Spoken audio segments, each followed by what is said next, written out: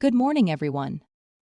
I'm Teresa Nikas, and I'll be your host for this Quiet Echo episode, What the Quiet Voices Knew. I came into the office early today, wanted some quiet to think. The street outside is still. The Christmas decorations are still up, but the bustle is gone. That strange pause between the holiday and the new year. Everything suspended for a moment. I've been reading year-in review articles all week. Britannica published theirs. New leaders in a dozen countries. Wars that escalated and paused. A new pope. Laws that passed. Celebrities who died. A social media ban for teenagers in Australia. All of it compressed into lists and timelines, as if a year could be captured that way. And I keep thinking, that's what the world did. But what did we learn? This week in Cedar Valley, we heard from three very different voices. And sitting here this morning, I realized they were all saying the same thing. George wrote on Tuesday.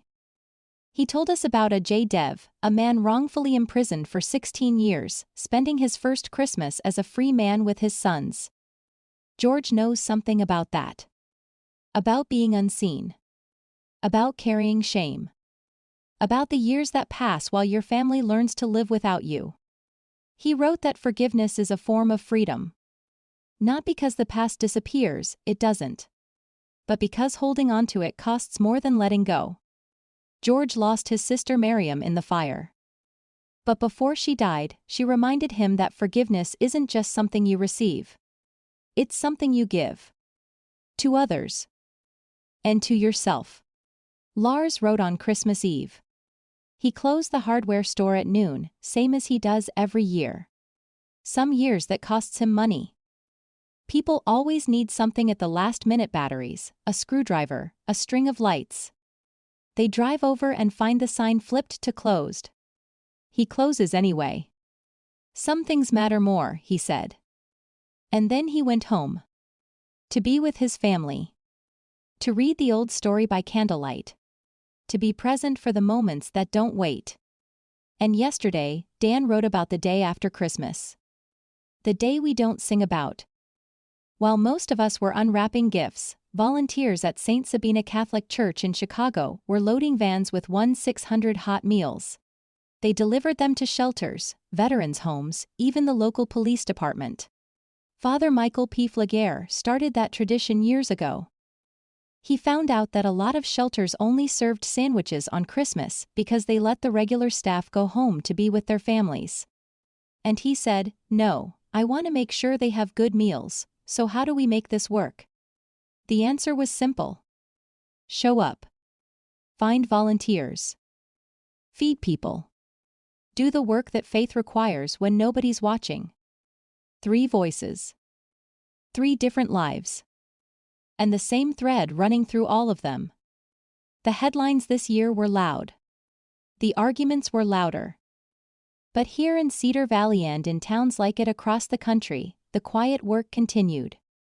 People forgave when they didn't have to. People closed their doors to commerce so they could open them to family.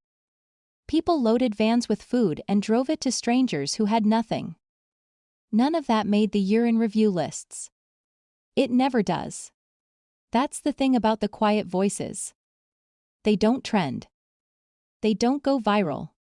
They just keep showing up, day after day, doing the work that holds communities together when the noise would tear them apart. I think about our town this year. The arguments we had. The divisions that seemed so important at the time. And then I think about George, finally sitting at his father's table after 20 years away. Lars, watching the sun set on Christmas Eve with his family around him. Dan, on his porch the morning after Christmas, watching Cedar Valley wake up, holding a cup of hot chocolate his wife handed him without a word. Those are the moments that mattered. Not the headlines. The choices. Not the events. The habits. As 2025 closes, I find myself less interested in what happened and more interested in what we carried forward. Did we learn to wait when urgency demanded we rush? Did we look up from our screens long enough to see the people in front of us? Did we leave room at the table for someone who'd been away too long? The year-end reviews will tell you what the world did. The quiet voices will tell you what mattered. Here's my question for you, as we step into this final week of the year, what did the quiet voices in your life teach you? And what will you carry forward?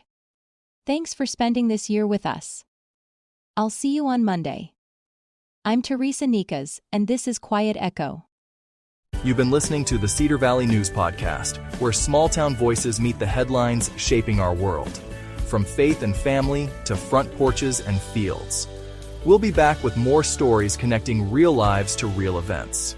Until next time, keep your porch light on, your faith strong, and your heart open.